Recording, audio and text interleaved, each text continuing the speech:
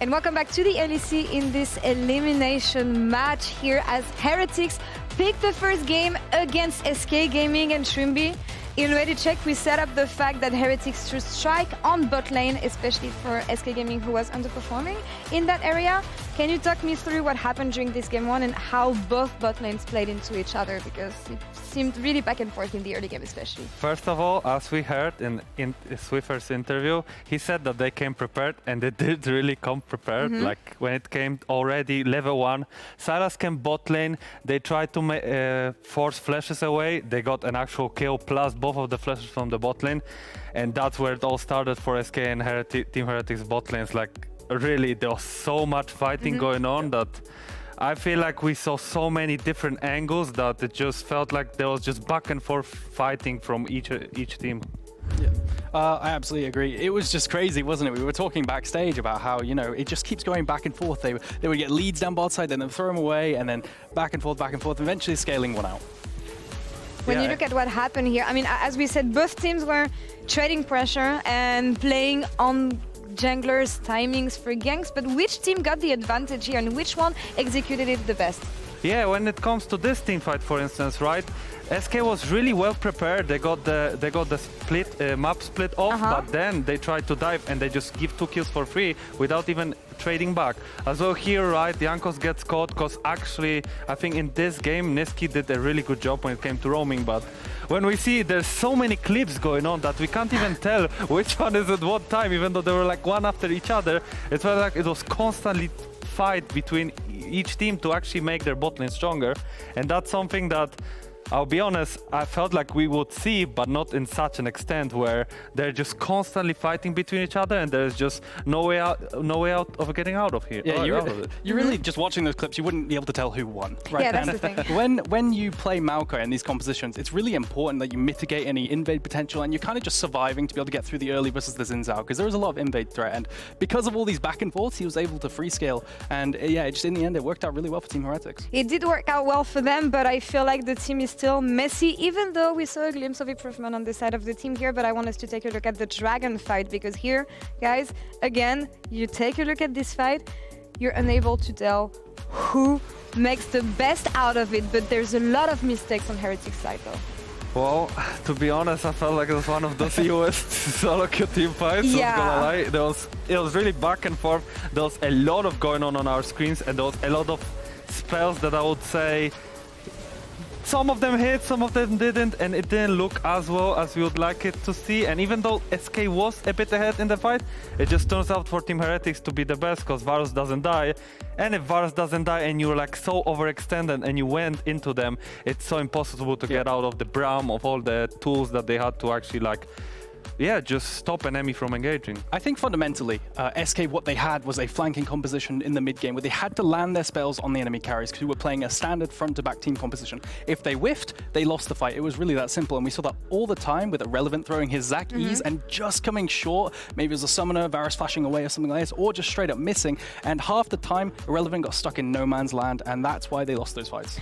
Throughout the success of Heretics, though, I would like to point out Perkz this game. We've been heavily critical of the mid laner since the beginning of the season, but here I feel like even though he fell behind quite a bit in the early game, he picked up from it and he had Nisqy's number this game, Trymbi. Yeah, I think even though Nisqy, as I said previously, he got I think 2-3 really good actions and actually moves away to bot lane where Team Heretics suffered. I felt like Perkz really easily made sure that he's not falling that behind, and even though he was for like first part of 15 minutes of the game, it still felt like they were really strong to actually fight for like the third, fourth Drake, and it felt like Azir was the one actually dealing the more damage, right? At least coming into that mid-game transition, right? And that was something really nice to see, because as a team, you just figured out, right?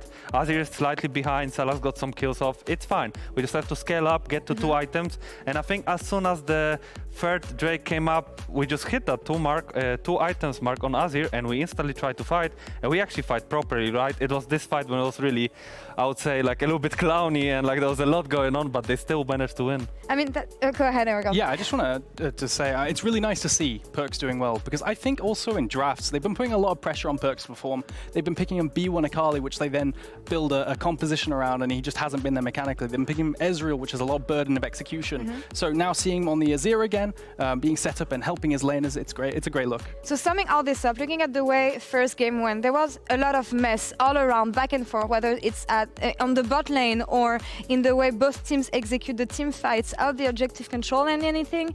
Do you think Team Heretics is finally on the path of recovery? And what do we make of SK's preparation as they're on the verge of being eliminated here leading into game 2? Yeah, when it comes to the draft itself, I feel like Team Heretics came prepared. It looks like they really wanted to make sure their bot lane can have the tools to actually play out the fight and play it properly. That's why, as we can see, right, they have so many tools to peel off from that Kalista, to peel off from Nautilus, Zag, Xin, Sylas going in. As we can see also the last pick of Maokai, Maokai on 4th, seeing already 3 champions as the Braum on last pick, which is, I would say, really phenomenal last pick over here, and that's just something that just sets them up for success. And even though SK, I would say, was prepared, they did think of the potential like level 1 invade or like level 1 action, which resulted in them getting so many flashes of early and actually getting the advantages there and the early like gold leads. They still managed to fail the dive, and then the back and forth fights, even though they're slightly ahead, just from the team composition, it just feels like they're behind all the game, all the game actually. Yeah, and I completely agree. I also think I liked both team compositions, which is kind of rare. Both team comps had very clear win conditions, peeling for their hyper carries and front-to-back team fightings, or flanking with the Zac, with the Xin Zhao, and the Sylas had a great Sylas angle, being able to steal Maokai ult as well. It was just came down to execution, so I wouldn't mind if they ran back both drafts. I feel like the themes, both of them, it just felt like both of them made sense. Yeah. It's just like the left theme, the SK theme, was around engaging, and they had to engage well. Yeah, and that's exactly. something I felt like they didn't manage to do, and that's something that I would like to see in the upcoming draft. And it feels like they have to stick for the same ban rotation, Eragon, on the side of SK Gaming with a really spooky Seraphine. You know that Flakked can pilot it well. Is it making them weaker when you consider the power picks right now in the meta, the fact that you have to target Flakked? I think for sure, usually actually there's more target bans towards Flakked. Usually you see Draven target bans as well. It doesn't look like he's going to go for it. Maybe he'll pull out against the Kalista first pick though. Oh yeah, but Run it here, back, I guess. Here when it comes, like they already banned Renata. I think Renata was not banned previously, so they're already trying to prepare for something It else. was banned previously. It was the was it? exact same ban on the really? both sides. Oh my God. Yeah. Okay, my bad. But as And I you can guess- see, the draft is going off the same way. Maybe they just think both teams were just good and they just want to keep it up. Like we'll see actually, because if it's gonna be okay, there's already a little bit of a change. Oh, with the Gnar, which is just, I mean, that's something that we wanted to see, because that's something more towards irrelevant to actually be able to counterpick the top lane and try to get advantages from there. But we'll see how it goes there. Yeah, I really like this because I think Isma has looked best on champions like Rel and Maokai, where he could easily facilitate ganks to mid around Nisqy as well, when he takes really good condition trades, which allows for simple dives as well as ganks. And we're seeing it rounding out, and there's the Varus into the Kalista again. They're just doing a run back, aren't they?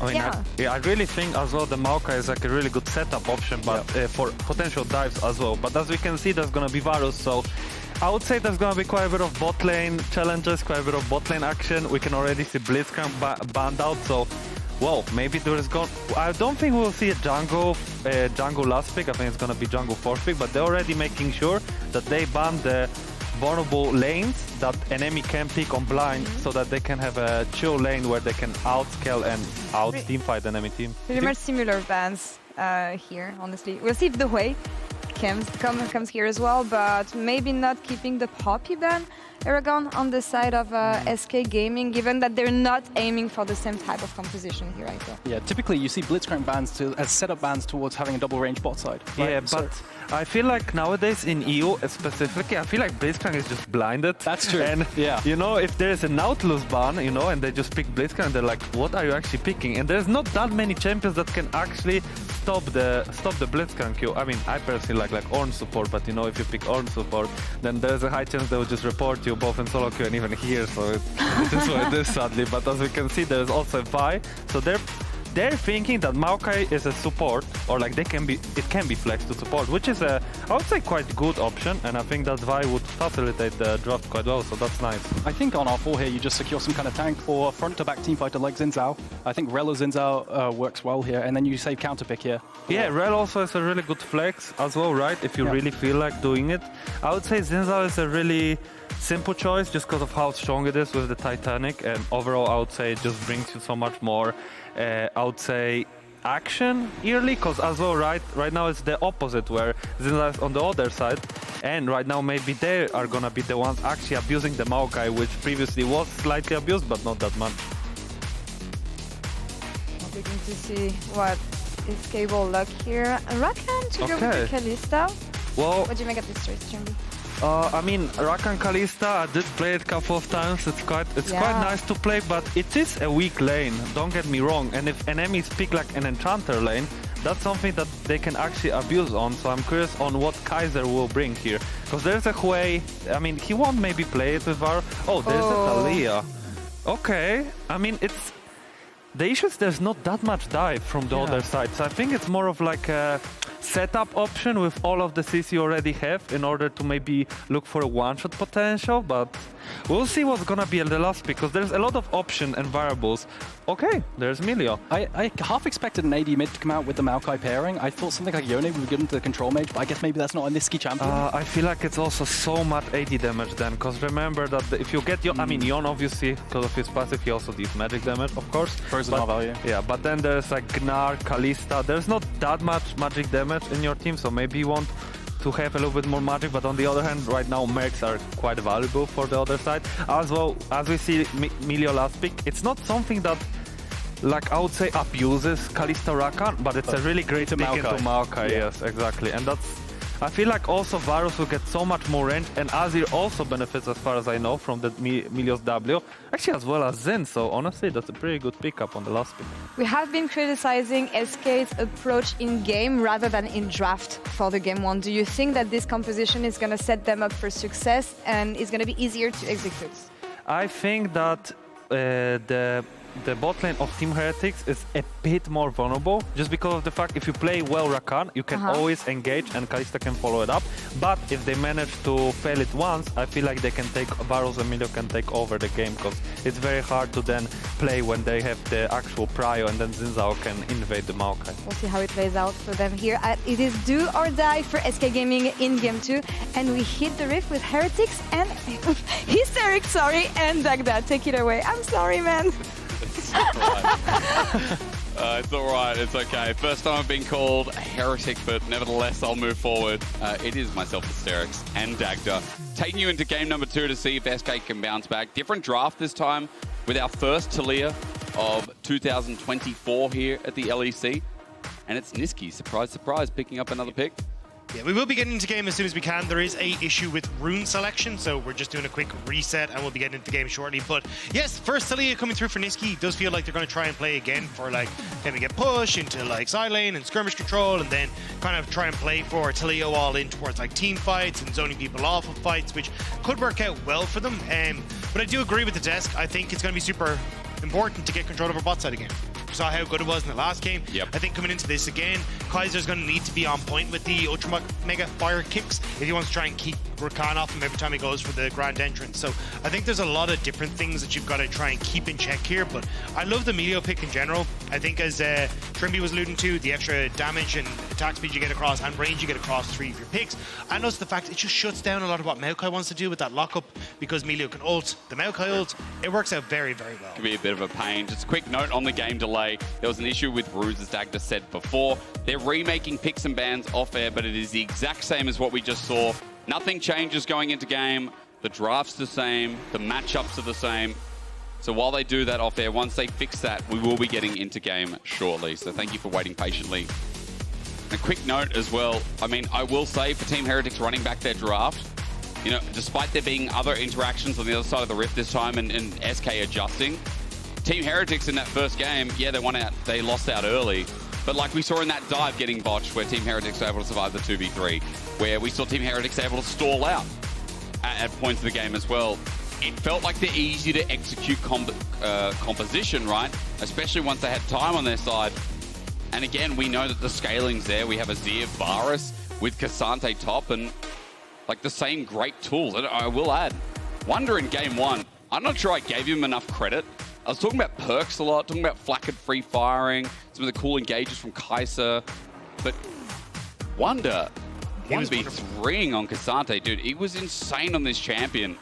And again, just showing how much of a beast this top laner really is. But that's the thing, right? Look, Wunder can have some mistakes in lanes, but especially when he gets to team fights, he is top of the pile when it comes towards top laners. Yeah. Like, this guy's absolutely insane, and you can see it in those fights where, you know, ripping Irrelevant into a position where his team, he would be able to provide frontline for his team, but also then giving them an opportunity to fight that front to back style that they wanted to without worrying about the Zac coming in, then getting Exakick out of the last one. I think he's going to be crucial here again, because even though it kind of looks slightly different with some different picks, it is Heretics still playing a very much a front to back style of composition where they want to try and have SK hit them from the front. You can have the ultimate Popeyes in Zhao, keep him nice and healthy so he becomes that pseudo tank. Then you end up in a position where you can continuously press forward with on-hit Varus, which I assume with the Milio. Yeah, it is lethal tempo as we're just about to get into game. And then also looking at the opportunity for Perkz to pop off again. I think Perkz lost out on some early trades in the lane, but when it got to team fights, he was great in that last game. And look, he should have an interesting time in lane again this game around, because Perkz Halo Blades on the Azir, as we'll see momentarily, but it's do or die, literally. I know that's a cop-out, guys. I know you're here. Do or die. It's a must-win. If SK lose this game, they're gone. We won't see them again till spring for this miracle squad. Yeah, do or die, or win for SK or go away, you know?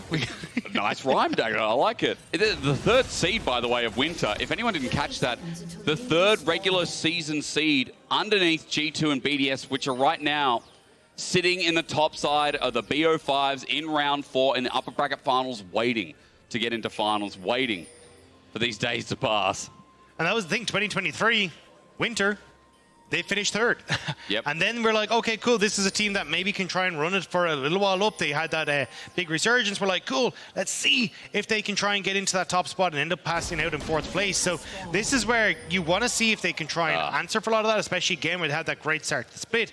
But it just feels like once more SK are stumbling as we get later into the split. Now 1 game away from elimination. They need to get control here on this bottom side of the map. They need to make sure that they're getting the wins for Exakick so he can step up and be a carry in this game. Let's just be real. I mean, if SK loses as well, as Nisqy said on the podcast, saying some members were washed on the other side. I think it was Perkz. I wouldn't be coming back as Perkz and be like, take that.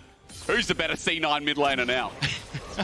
I mean, this is a bit of an ego battle through mid. We already set it up before, but you look at the names, Wunder, Jankos, Perkz, I mean, even Flakked, 4 ex-G2 members. And then there's Kaiser as well. Once upon a time played with Nisqy as well, back on the Mad Lions roster. So Dagda, where would you like to start on this one when it's such an important game? We're talking about jungle pathing in the early game, last game, especially with how it was cross-mapping. This time a bit more of a standard start with top side beginning here for Isma and Jankos. And no crazy invades and no crazy level 1s to kick off just yet. No, but it is still a huge amount of control, of opportunities for both junglers to make their way down to this bottom side. Yep. And then look for a gank, because you're full clearing top side into your bot. Nisqy already with a roam just to try and spot out where their potential is for Jankos to be, so we know that he is going to be going for a full clear on his top side into this. So I think you'll get a crash here from Exakick and DOS to make sure they can get the bounce back on the 3rd wave. And then it'll be a case of, okay, well, do we just end up with everyone coming in onto this bot side to go for a big play? Small engage, there we go. Ignite as well from DOS. Flakked gets to half, but it's the trade back that's hurting even more. Varus Milio, ladies and gentlemen. There's healing, there's range. DOS runs in and might have regretted that. Yeah, big time. He's going to have to reset. So the wave will bounce back out. It'll just be a slow push, but you can kind of see where Shin is at the moment, just trying to say, like, hey, I can try and set here. This is dangerous for Exakick to step up this far. There is a ward spot out to Zhao if he goes forward, and there's no real setup for Jankos into the spot side, so maybe he just decides to back away, but here you can see the wave is still in a bit of an awkward spot here for Exakick and DOS. Again, as you mentioned, look, that ward on the Tri-Brush gives a lot of information to SK here, so the fact that they can stand here right now is helped because of that, especially when Isma's coming for a possible return gank. Level 4 on the Maokai here, Jankos clearing out his walls, then he'll be down towards the scuttle, but it's Isma who lands first. It's a small little ward in the form of a cat that comes through. Good seismic shove in the mid lane as we turn our heads. Perkz and Nisqy going at it once again, but trade is pretty much even. The scuttle, by the way, will go to Isma, so the bottom side seems a bit more concrete for SK. Significantly more mana there for Perkz, though, so I think Nisqy's going to have to call Isma over to get the wave shove, so then he can actually look for the reset. You can see Isma just hovering over towards that mid lane to make sure that nothing does happen. Because I think Perkz kind of realized, look, I can actually just slowly push this one out, get a nice reset for myself, and use the fact I got it. But here we go. This time he's closer to the turret. You know, game one, Dagda, he put the Soldier down, and that's where Isma was, straight away in. And Perkz had to burn a flash. So this time around, is a little bit closer. He's a bit safer as Isma is going to double scuttle. Do you remember the time when double scuttle, you're like, oh man, this early game's absolutely stuffed. You know, you're like, oh, this early game's lost. We've lost both scuttle crabs. And now you're like, oh, yeah, it's a bit of experience, bit of money, $80. There is like opportunities though to try and punish if you get double scuttle. So like you can see where Isma's going. He's immediately going to go over towards his Gromp here. He'll be able to reset. Should be able to finish out his Wolves and actually hit level 5 just as his... Nice shove. Dos is here. Actually, Perkz might be dead or a flash. Which one's it going to be? Stone's out. He doesn't flash. He knows he's gone.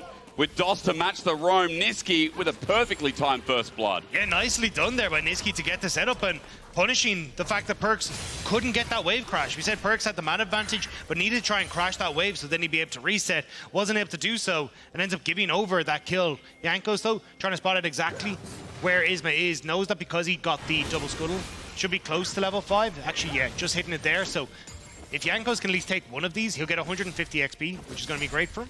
And can just back away. But it looks like Isma's not even interested in it, so maybe instead going to look for someone like a dragon off of the reset timer here from Nisqy. Have you noticed Isma keeps flashing the Mad Lions Koi logo as well? And, you know, as we know, Giant X, Mad Koi, coming up later after this series. If you didn't get that already, also fighting for their lives here in another BO3. One elimination, one going home, I should say. So maybe just a bit of respect from Isma. Also playing with Nisqy, we'll do that with you as well. Also, a lot of his ex-teammates from obviously Riders, obviously on Mad Lions Koi. So there's still a lot of, like, you know, camaraderie between those, those two sides. Yeah. At that point. Bless. Look, Isma, as he walks through enemy jungle, just trying to spot out here with another sapling again. SK getting a bit of priority here in this early game. And as they start off the Dragon as well, using the Kalista Rend. Yes, we see you, Isma. We see you indeed. Relevant just popping the ulti top, but you look at the map, you look at the scores, Dagda. Early game is smooth again here for SK, even without the dive. This time maybe even a bit of damage on Kaiser as Milio. A soccer kick comes out. That could be messy. We don't know who's playing at the computer, but Kaiser at the very least, negating that dive while Dragon goes down. Yeah, punts him back, and there's not very much that Exakick can do. And Exakick even low on mana himself a little bit here, so I imagine we'll want to try and get some sort of reset in soon. Jankos just clearing that vision, so it makes it a little bit more Exakick of a problem for Exakick and Dos to play aggressive here. But yeah, I think the fact that it is going a little bit slower is still lending itself towards SK, right? You get that first blood in the mid lane, you've got the opportunity to get dragons for yourself, which is kind of where you want to try and play for your objective fights. So, and I think a lot of these objective fights are going to come down to Nisqy trying to split up Heretics when it comes towards like the Weaver's Wall, separate the front and back line, so then it's a bit difficult for them to try and play, especially like short range AD carry like Flakked will struggle to get access to fights if that Weaver's Wall is put down carefully. And I think as well this time, you know, further to your point about SK, there's more tools in the kit. You know, Gnar ulti comes through this time. Yes, the Zac obviously has some of the most tools in any top lane kit right now, but Nisqy especially on this Taliyah, as you were mentioning before, a lot more go buttons, a lot more buttons to separate and expand upon an individual fight or a small skirmish created by something like this Taliyah. I also think there are opportunities, as you say, to find those skirmishes now, because it's level 7 hit for Nisqy. He has push on mid. Again, running low on mana, so you may need a reset before that actually happens, but you can start to go, right, Isma, let's actually get in the face of Jankos. Yes, you'll lose out in the 1v1, but we have push on bot side. We're doing well with that. Unlock Dos. Go with Isma. Yep. Weaver's Wall in with Nisqy. Challenge Jankos in his jungle. Challenge Jankos as he's trying to get access to the map. And I think you've got ways to play off of Nisqy's strength in the mid lane. And that was something that we saw from SK at the start of the year. They were very, very good at Nisqy being that shot caller, say, hey, play around when I am strong. So I think this is going to be another moment where we need to see Nisqy step up. As Dos would be found, would he be able to make his way out? But to be fair, last game I was like, man, Nisqy is good doing this and this and this. And then Dagda, nothing happened. So, you know, I've done this multiple games where I've come in and talked up Nisqy, but then it hasn't translated throughout the game or something's gone wrong. So I'm going to pull back. I'm going to be like, let's just wait and see what happens here, especially with Perkz last game. You know, having one of his better performances, I feel like, in the past, I don't know, however long. Especially with how Team Heretics were able to close out that game once they had an edge, once they found that full-on team fight. We still see a big team fighting comp once again here with the on-hit Varus. And a game also going slow ain't the worst for Team Heretics when we look at the long con, when we look at the next 20 minutes if it can go like this. But here we go. This is what we're talking about, right? Unlock DOS, unlock Isma, move with Nisqy to get your Weaver's Wall and just put pressure onto Jankos. I really like this play, and you can see here, Jankos going to immediately find some hurt, but actually going to turn on to Perkz there. DOS gets out thanks to Nisqy. Kaiser's moving up. Level 6 on Flakked as well. We look at this bottom lane 1v1. Flakked flashes over the wall. Nisqy comes in with a Weaver's Wall. Kaiser gets a fire out. He has to flash on top of that as well. SK play the aggressive card. Meanwhile, on the top side, Irrelevant versus Wunder is heating up as well, but nobody dies. We just wait to see if Irrelevant goes any further. He just wants to get this plate, make sure, there you go. Gets the L Demolish proc off, and a nice stun on the way out. Wunder gonna take a lot of damage here. Yeah. Hyper, but not enough damage, as you said. Wunder also leveled up, which helps stop that dive. But with Flakked being pushed on this bot side, now Exakick gets the plate on himself for that bot end. Isma's going to steal away a lot of these jungle camps on the bottom side as well. And you get a reset off, and with the wave bounce back timer on bot lane, you'll actually get a hit the tower, it'll bounce back, hit your tower, and you will be able to slow stack in towards Dragon. You've already taken all these camps on the bot side, then one of respawn as well in time for Dragon, so there's a lot of opportunities now for SK to try and play for second Dragon, which is why we see Jankos up in this top side going, cool, I'm going to make sure we get 6 of these Void Grubs, just try and answer for that play. Well, the XP at least are going to be in his advantage somewhat. I'm looking at the sidebars, should be matching what Isma has at the moment. Gold slightly going towards him, but 6 grubs here for Team Heretics. Note the 1k gold lead, because you can see on the bottom of your map, or at least on the bottom bar, the individual leads in top side, thanks to Irrelevant's 20 CS lead. Even despite Nisqy being down CS, naturally that first blood gave him an edge as well. And bot, small CS lead for Exakick. So once again, we're saying the same things about this early game for SK. And Dagda, you know, Nisqy trying to be aggressive here with the ulti. Let's have a closer look. About 30 seconds off cooldown to try and find something else. I think SK messed up to the timers here because they tried to match Flakked and Kaiser going up that top side. I think he could have dropped this because now you're looking at 20 seconds until Dragon. You don't have the reset timer here for Exakick and DOS to try and push out bot side. So they're immediately just going to try and roam mid, maybe force Perkz off and they can play through mid in towards Dragon. But for Heretics, you will get bot push and then can use that as an angle to get in towards mid. So you can see SK tried to respond here by just completely en masse moving towards mid lane and guarantee the shove there. But yeah, I think a little bit of a missed timer there, but SK still get mid push, and it does mean Perkz has to defend mid. But I think Wunder could TP down here if they want to try and make something happen, but it looks like they're just going to back away. Maybe see if they can get individual leads, because yeah, Dragon is gone, Rend helps with that, and Smite as well. Kaiser gets slowed down, Nature's Grasp is out. Kaiser running for his life, DOS goes into the quickness, the fire's out, Jankos is out, jumps back in. Bait's call from Exakick, looking for a re-engage. It's a good shove, it's a triple knockup. It's a bouncy castle. Happy 6th birthday party as Perkz flies in on top of Nisqy, and it turns around again. When I get excited for SK, they just end up dying, Dagda. But Irrelevant coming through might find Wunder. Hyper gets the proc, and Irrelevant now going into Gnar, flies back. This time I'm wrong. This time SK make it work. This time they find the fight, they find the kills and get the Dragon. Heretics tried desperately to find their moment, and it looks like with Perkz having this big ultimate on the bottom side, they might have been able to find it back, but it just wasn't enough. Kaiser ults here to disengage. Jankos goes in, but Exakick pulls out DOS, and here Nisqy's low, but this knock back into knock up from DOS decimates them, and then Perkz here gets the 2 kills on the bottom side. Think, right, let's back away from this one.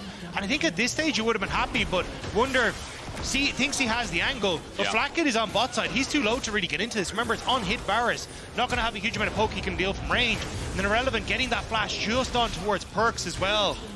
I think the Heretics, they covered well, but they just needed to back off and not overextend on the second engage. Well, there's some life in SK. Yeah, big moment ahead. 2 kills now on Irrelevant. Nisqy picks up 1 as well. Note the gold lead. But the fact that Dagda, I thought we're just going through deja vu, like, oh no, Wunder from an angle. Team fight again. But the individual damage came through, and now we have a Trinity Force Gnar. Now we have an Archangels on Nisqy getting close towards Seraph's Embrace.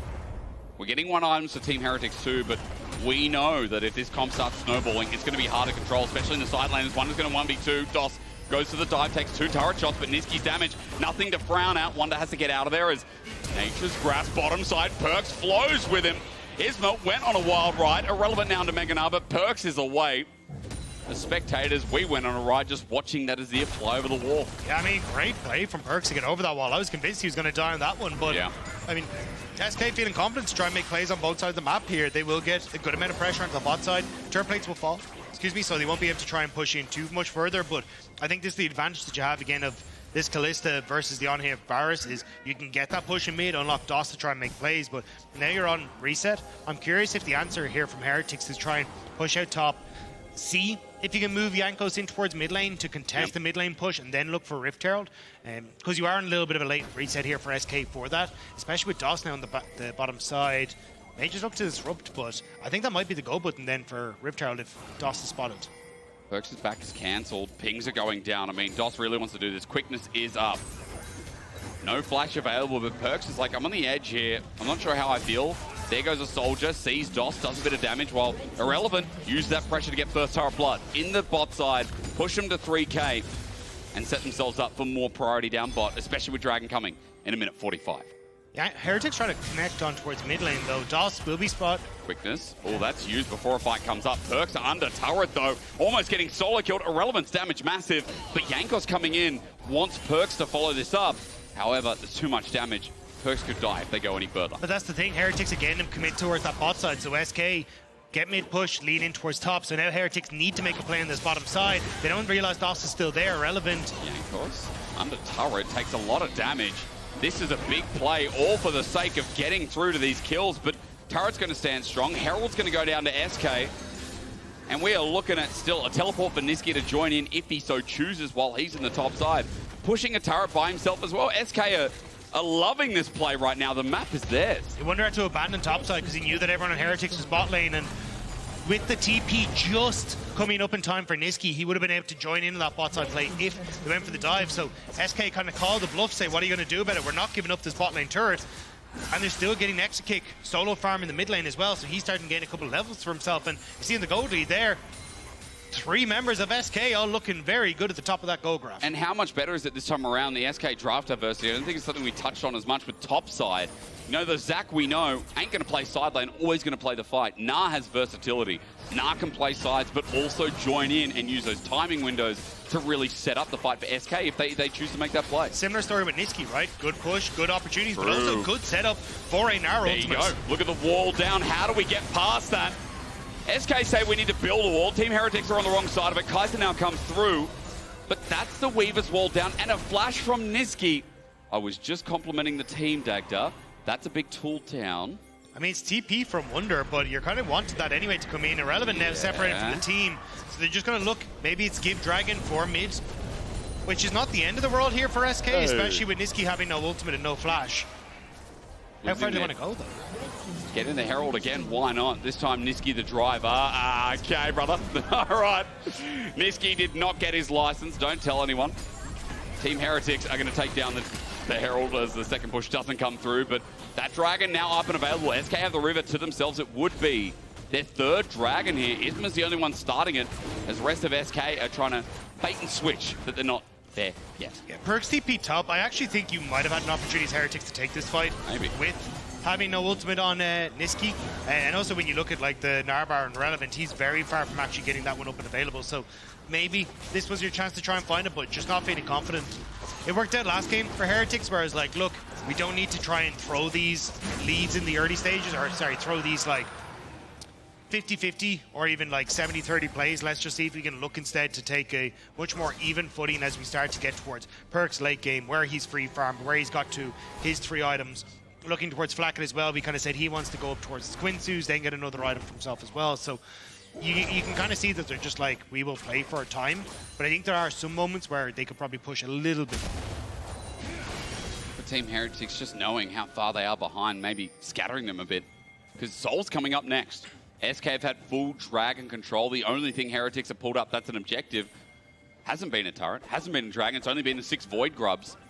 But when you're a team right now who can't have access to side lanes, playing on the defensive consistently with elongated top side and bot side, unable to touch those objective bounties, it feels like you're not even talking about Void Grubs right now because they don't matter. It's a 5k gold lead, just about, for SK. A much better game 2 so far. And Dagda, we are gearing up for a Baron in 110. They have Kalista. They've got a bit of DPS, but I think more importantly, the ability to lure Team Heretics in when there is such a lack of vision control for Team Heretics now getting forced out in this top side as we're seeing on our screen. Yeah, I mean, the huge amount of the 5k gold lead, as you say, is the top half of the map. Yep. But I think it's much easier for the K'Sante to get value in a fight than it is for Gnar. So that's why I'm really curious to see, especially if you got flashes on Perkz and Flakked, how Irrelevant plays these fights. Because if you can get a Nisqy wall to set up Irrelevant, brilliant. That could easily be the game-winning play. But it is also kind of difficult if you're trying to flash ult on the back line and suddenly Flakked flashes away, maybe Perkz ends up ulting you out and you just don't quite get as much value. So I think these team fights can still be difficult for SK to navigate, and just with how much heal Heretics have between Jankos, Wunder, and Perkz, and hell, even Kaiser offering the heals and shields and CC immunity that his ult offers. So you're saying it's not done yet. It's definitely still on the cards. Still definitely I think SK are definitely in the drive-year seas.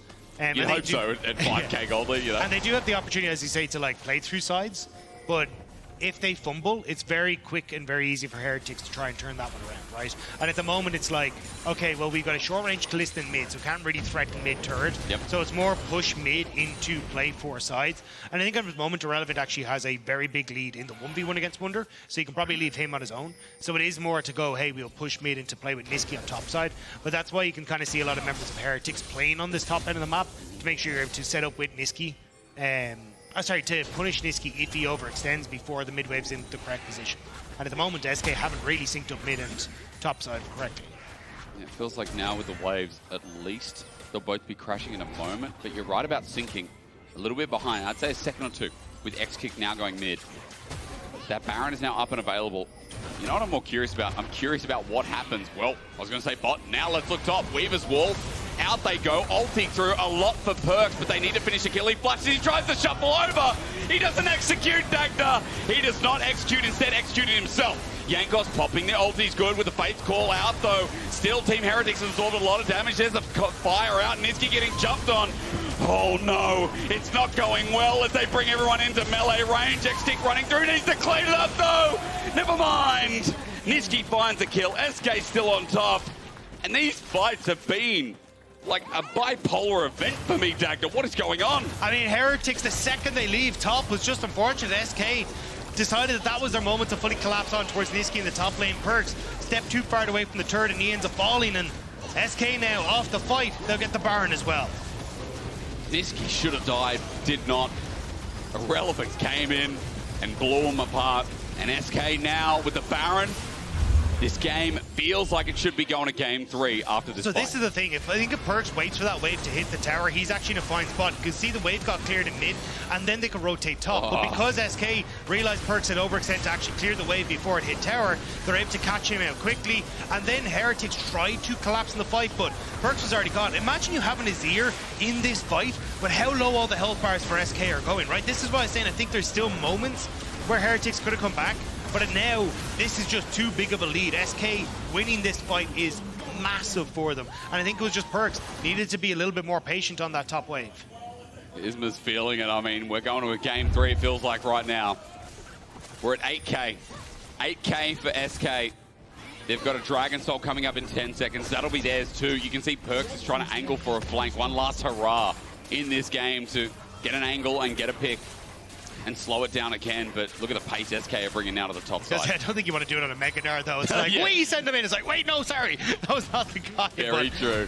SK with the push in mid now will need you move over towards top side. You've still got a relevant push in mid. Dragon will go towards Heretics, but it feels like it's, you know, slightly putting the stopper right to the bathtub. This game is still slowly sinking away from them, and SK, they got the push on top. They're going to get the inhibitor. They're going to be able to rotate back towards mid. Perkz may find relevant. Okay, but it's up to Jankos as the flash comes through. Relevant gets a blast cone and he's running for his life. He'll actually just get out. The rest of his team there. And so they committed for that. They did deny the Dragon Soul, but losing top side completely, losing mid inner too. It's now just about 10,000 on the gold lead, and we haven't even talked about, you know, the rest of this Baron play. Yeah, Irrelevant, I think, is just going to walk bot here, clear out the wave, try and push in for the tier 2. This one might be a little bit greedy because you're sitting on a good amount of gold here as SK because you got top outer, inner, inhib, plus mid inner as well. So I think you could have looked for the reset to then go back into this play. They have 1 minute remaining on the Baron, so you got 2 waves that you can play with. So just trying to eke out every advantage that they can. But I'm trying to keep my eye out to see if there's anywhere that like Perkz could TP to in behind them, but there's really not. So it's just Heretics trying to see if they can clear out this wave and stop this tower from going down. 1 more wave is pretty much all you get here as SK. But even under turret, I mean, remember, DOS has himself flash ulti as well. There's Exakick, whose Fate's Call diving ability is big. Maokai just does this, an easy dive coming through, or at least to push him off the turret, but they don't pull the trigger. Fate's Call now used defensively. Gets DOS out of there after the chains corruption from Flakked. SK have another wave. Yeah, only 15 seconds till Baron goes, so that push a bit of a failure to try and get this game further ahead. But that's the thing, the wave will kind of get here just as Baron dies, so Heretics should be able to force this one back. You can see 3, 2, 1, and just as the wave hits, so... Weaver's Wall onto Jankos. Jankos with the ulti available, but holds off for the longest time. There it is now, finally. Means the poke doesn't mean anything unless to push him away, which they've done so to SK. Inner turret goes down. Now it's onto the base. As you can see, Inner's in the top side. Super minions are crashing in. SK just leveraging their damage that flies in top. Yeah, just barely able to get the last little bit of value out of that Baron buff to make sure they get the bottom tower. Good ultimate coming through from Nisqy to separate them as well. So then they were able to get that one last. Now, resets coming through. 3rd item picked up for Nisqy. Terminus completed for Exakick alongside, I think, just a full Quincy's. I had to double check that, but I think he just bought an entire item off that reset. So really nice stuff for SK. And now it's just chill out. 2 minutes till both objectives are up on the map. Just keep the pressure up where you'll pop Nisqy in towards top side. He can escort some of those minions in. Then lane in towards mid. You can just throw it in a Weaver's Wall to zone people off if you want to. And then get your mid lane turret. Have Irrelevant keep control over bot side. This is a strong game too from SK to bring themselves back into this. Yeah, it's a real defining stance considering how game 1 felt like. Yeah, there were small windows, a lot of draft discussion, I think, from game 1 from people everywhere. And game 2, better options, better utility, better escape tools as well. I mean that for escape conditions of the draft. I think this time we've seen SK adjust well within the series. Maybe Team Heretics, it's up to them to see what they can do differently, because their early game got botched and SK just used so much of that power coming through from Maokai dive, and I think Nisqy's tools as well to accelerate the game even further than last time, and last time included a dive. Yeah, and I mean, it could have been, again, a very similar story where if Heretics had won that bot side fight where they don't overextend, maybe that's it for Nisqy. Shove. Not going to connect. Swing and a miss, but Heretics starting to move out from their base, and that's kind of where SK want to see if they can find them. Jankos wants to jump in, but it's onto a Rakan. Nature's Grasp in return. That's an issue.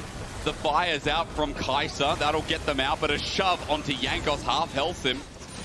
SK can miss things, but they force out ultis regardless. Irrelevant split pushing in bot. Team Heretics are getting dragged every which way. And there's just not much they can do. There's the Weaver's Wall again. Zones off mid. Wunder almost gets caught between it. And now SK is a 4-stacker going to push through, but Chains of Corruption lands onto Exakick. They're trying to save his life, but Wunder's in again, and Exakick's down. How is he dead? Team Heretics defending their bases. Isma's off to the left. Jankos almost dies to the right. Perkz now free firing away as Irrelevant gets poked out, but man, Wunder's Cassante with Flakked's Varus. It came together at a 10k gold deficit. SK didn't have the pressure on the map. No one was needed to defend bot lane tower. The top hadn't got the super creeps in a position where they could really threaten the base. So as he went for the Weaver's Wall, they were like, cool, let's just try and get you on this overextension. And Exakick was the one that got caught with a nice chain of corruption for Flakked, but now he's dead for next dragon. So no soul for Heretics, unless SK can make some sort of miracle steal. But I think they're just going to turn towards the Baron and try and bait Heretics into that position instead. But it's, I think, a little bit rough for them to try and just solo that. How quickly without the Kalista, right? Also, no summoners. This dragon split and split. Irrelevant's down here. This is a big Mega Gnar. I mean, he can take on the world right now, but as Baron gets pushed down, Soul's denied. It's such a big bluff. Irrelevant just showed. So Heretics thought that they were going to commit to the dragon. Even Perkz coming in on the TP. Yep. But it's just a massive bluff. SK were like, cool, we don't care if you get dragon. It's second dragon for you guys. But we're just going to go straight for the Baron. And Heretics were convinced SK were about to commit onto that fight at the dragon. Oh, Jankos just used E. He just used Audacious Charge. Jankos just used his engage tool. Ulti's now going to come out, but he's in the middle of 5 people. Big mistake. It's from bluff to now mistake that SK find themselves in a 5 versus 4 for 40 seconds. A nice way to end the game. Wave is already in topside. Inhibitor going to go down mid. They can collect either of these and escort them in. Heretics trying to push them off of mid lane, but with the Baron buff, it's so difficult to keep these minions off your tower. Well, another inhibitor going to drop topside in the meanwhile. Baron is up for 2 minutes 15. It's going to be hard defense unless Perkz gets the alley-oop, unless Wunder's able to follow through and do the same. Lower health bars on Isma and Nisqy. And it's crazy that I feel like, oh, there's a potential for Team Heretics when they're still down 14,000 gold. And it still feels like SK's got this game in the bag. Yeah, I think at this stage, Heretics missed their window, right? I think it was once or twice where just when you're about, you know, playing in that top side, looking for that maybe, there's a moment where you can slow the game down and get to a point where you do become incredibly strong. But I think at this stage, the boat's already sailed. It's just too difficult to try and get control of the map or find these front-to-back fights when SK are very simply able to use Irrelevant in the side lane, use Nisqy in the side lane, and with both inhibitor top and mid down, defending bot becomes incredibly tough toss. Cool. Maybe even looking for something with Nisqy there, but not quite able to get there. So the slow burn. In the meanwhile, I hope we don't have to talk about the next Dragon. I hope we do get to see 3 games in the end. Because we've only had 1 Game 3 so far in our Winter Playoffs. It was between the El Clasico and G2 and Fnatic. Now SK is saying they can deliver as well. Bottom side, the only inhibitor turret that remains. As the pressure's on through mid, through top, with the inhibitors down. As the Weaver's Wall zones him out, it's Wunder by himself. Perkz as well. The shove doesn't connect, but as SK walk up to this turret, they're slowly whittling down. Even Wunder here with the Caning Rookern. That shield's slowly burning as well as he dodges away from being stunned up with a shove. Nisqy's damage is so relevant here with an almost 4-item Taliyah. The ult is down though for Nisqy, and Irrelevant not having access to his ultimate as well. Heretics feeling comfortable to continue to stay here and keep pressure. Top lane super creeps are about to come in though, so that's why Heretics feeling the pressure now. Nature's Grass comes out. It's ult for ult though as Jankos also pops his. Nisqy gets poked down. He steps up. Perkz sidesteps nicely. Dos also getting poked, but Irrelevant's trying to end the game. Flakked is one to match this while the rest of SK are looking to come through mid. 1 turret down. Irrelevant's also pushed the minion wave in as the teleport comes through. It's Nisqy to rejoin with a Rabadon's death cap, I bet. SK is a 5-man trying to make this a game 5. Perkz sidesteps though. SK just need to finish the job. As Wunder's still an engaged threat, his ghost is down. He steps forward, but it's no flip back. A sun turret to replace the one lost. Dos is down here. It's all over the place. We're doing this dance that SK are doing with their pants on, of course, Dagda. But the problem is, when is this dance going to end? We're going to have to find out because Heretics, they've got the defender advantage here. They can keep going back and getting heals even off of coming through from Kaiser, but Dos doesn't have that luxury. Irrelevant trying to keep that pressure with the top wave coming through. Bot lane has been abandoned altogether. Perkz just trying to keep it off of that bot lane, but SK, they're going to turn onto Perkz. Weaver's Wall comes through. Perkz is just out though. He just walks it out. It's still going. Ulti return. He goes golden. Jankos sends Isma out. Irrelevant can't end the game. We're still here. Flushes away from the seismic shove. Okay. Perkz lost the summoner. And at 32 minutes, maybe it matters, Dagda. Maybe SK can finish next time.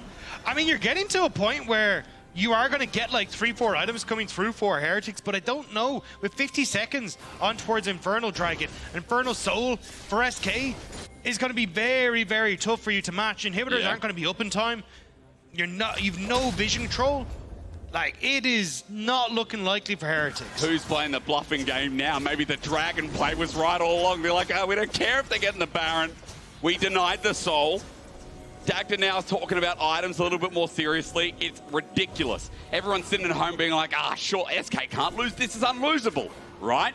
Guys, this has to be unlosable. It's an 11k gold lead still.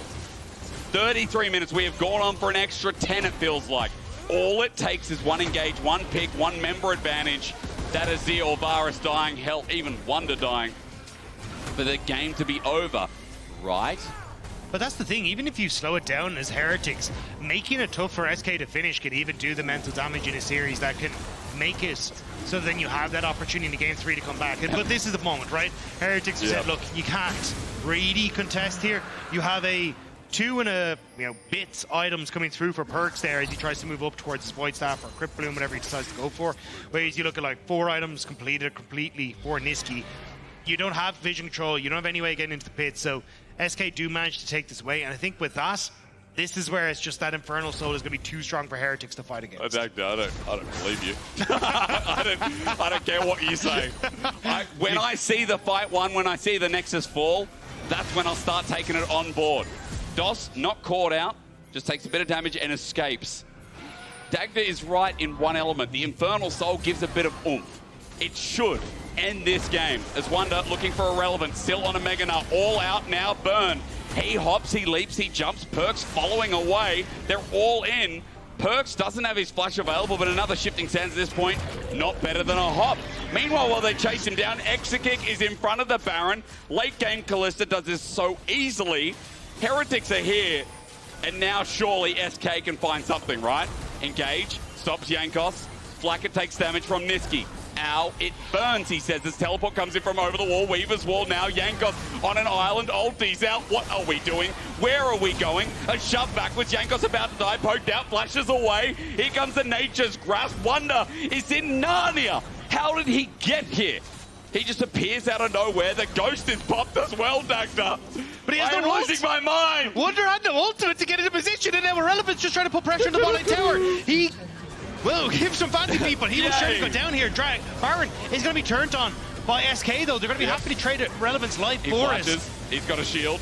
He's slowed down. The ulti from Perkz. If Irrelevant gets away, Dagda, you are solo casting this, I swear. Into the wall. Perkz gets the shutdown. The Baron goes down. Ladies and gentlemen, do you believe? I mean, a third Baron for SK. Now this has to be it, right? I mean, with Infernal Soul, the Baron, all inhibitors are exposed. It feels like SK, you just wait until Irrelevant's back up, give it 40 seconds, march your way into the base and go, hey, we're going to take every single one of these inhibitors. We're going to take that last remaining Nexus turret. We're going to make sure there's no way you can go back into it. Like, yes, no way. The shutdown for Perkz did end up meaning he could finish his Zhonya's. Had just picked up the Void Staff off the back of that. Wunder might be caught here. He's got no ghost. Unstoppable. Cassante thinks, never mind. Not caught out. Elder in 220. All right.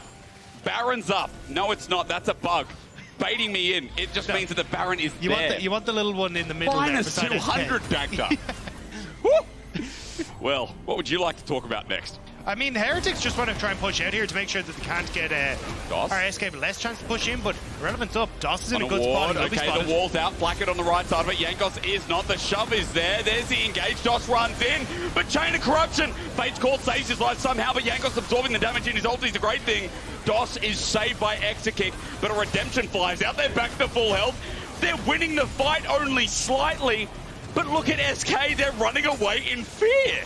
But they've only got a minute 30 now still on this Baron, so the fact that they haven't been able to push out waves, get control and sides with Irrelevant means that this is a major win for Heretics, even if they don't get kills. Late game Milio, healing is big. It's a cozy campfire, marshmallows included. Perkz is running from Nisqy because a flip back, a seismic shove, I feel like could just win the game. But Perkz is not getting caught here. It is his day. We just got to find out how much of that holds true with triple inhibitor up, by the way. A quick note, there is still one Nexus turret, so if an inhibitor goes down, backdoor not in the cards, unless they can take down that last Nexus turret with it. The setup for teamfights, though, hasn't been great from SK. Even there, trying to dive the backline, but you're underneath the turret, so you can't really overextend. Now, Heretics, this is where it gets dangerous. Trying to see if they can get vision control in the top side. Jankos. Shove. No Jankos, no ult. Oh, he's dead. Jankos is dead. But what does it all mean, Dagda? Now where? Now you've only got 4 members of Heretics that are up to defend this base, so you've got 30 seconds on Baron Bolt, but it doesn't matter. Flakked by himself, but is he really? He's got Milio by the side. The fire's out. He flashes out. Chains of Corruption. He tries to fight it, but he doesn't from Perkz. Flies on in. X-Kick, though. They'll finally do it. I think this is it, Dagda. Perkz is dead. SK, it only took 20 minutes, but here we are in front of the base, back again. I don't know who we're calling an ambulance for, but as SK walk forward with their Baron buff, the rest of it in tow. It's Wunder's defense. Under the Nexus turret, they find warmth, but Kaiser not for long.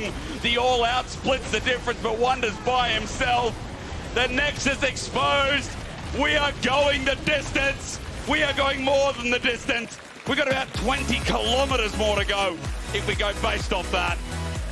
We took a wrong turn somewhere along the way, but SK, they managed to close this one out. Heretics made them work. We'll have to see now what's going to happen in game number 3, because I have no bloody idea. No one does. No one does. Ladies and gentlemen, take 5. Come back, and then we get to sort out who's going home and who's going to go up to the next round. Woo!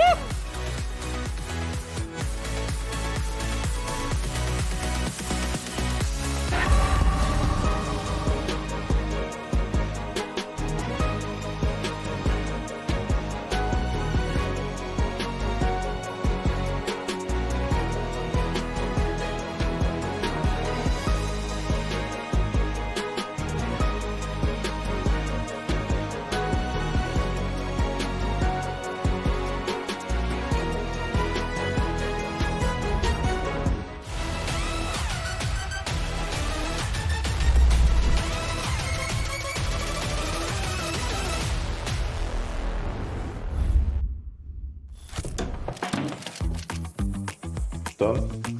Done. There we go. Break? Break.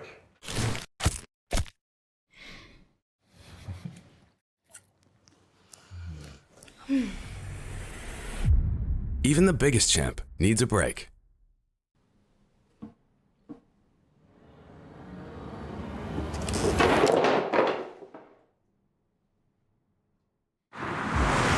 Welcome everyone to the Kia Tilt Proof Challenge. We're here to see if 4 gamers can stand up to the test.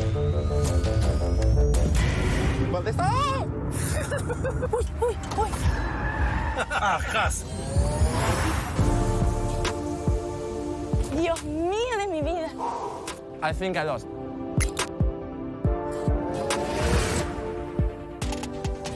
I'm so happy that I didn't eat before. Red Bull gives you wings.